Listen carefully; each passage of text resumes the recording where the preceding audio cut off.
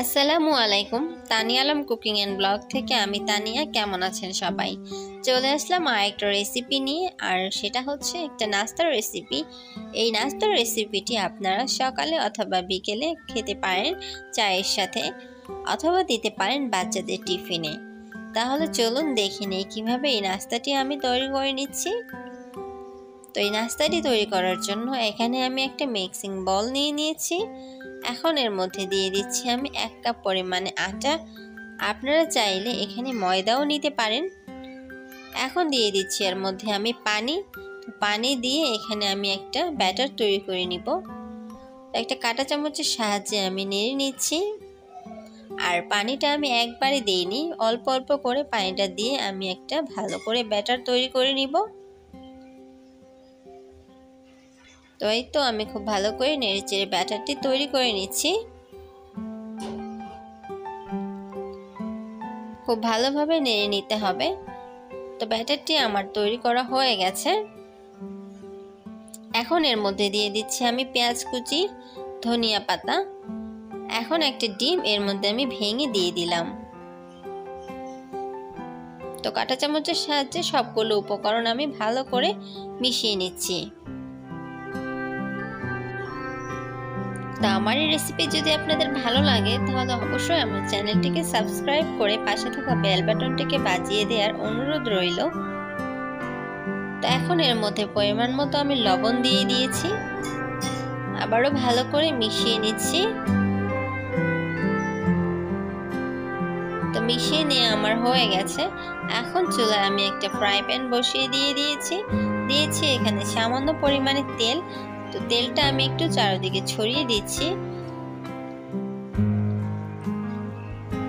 এখন এর মধ্যে আমি মিশ্রণটি দিয়ে দিচ্ছি। তো একটু চারদিকে ছড়িয়ে গোল শেপ করে দিচ্ছি।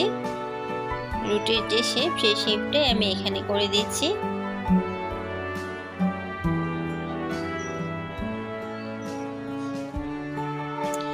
এক পাশ হয়ে গেলে আমি এটাকে একটু উল্টে দিচ্ছি।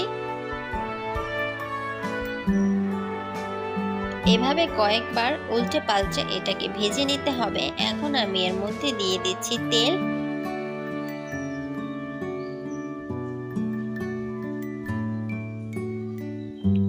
আবারও উল্টে দিচ্ছি। তো খুব সুন্দর একটা কালার চলে আসছে।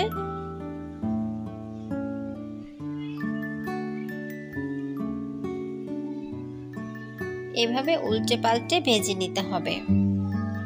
তো আপনারা অবশ্যই এই নাস্তাটি বাসায় ট্রাই করে দেখবেন আর আমাকে কমেন্ট করে জানাবেন কেমন লেগেছে আপনাদের এই নাস্তার রেসিপিটি। তো এভাবে করে আমি আরেকটি ভেজে নিচ্ছি, আপনাদের দেখিয়ে দিচ্ছি।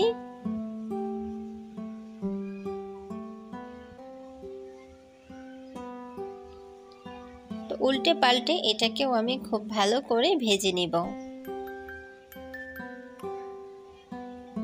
তেল দিয়ে দিচ্ছি।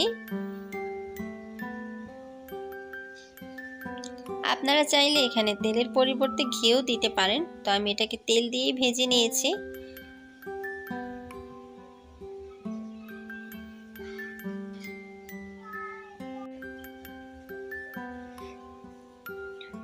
তো আবার উল্টে দিলাম। তো তৈরি হয়ে গেল মজাদার আচা ও একটি ডিম দিয়ে খুবই স্বাস্থ্যকর একটি রেসিপি। আশা করছি অবশ্যই আপনাদের ভালো লেগেছে। আজকের মতো বিদায় নিচ্ছি। সবাই ভালো থাকবেন। আল্লাহ হাফেজ।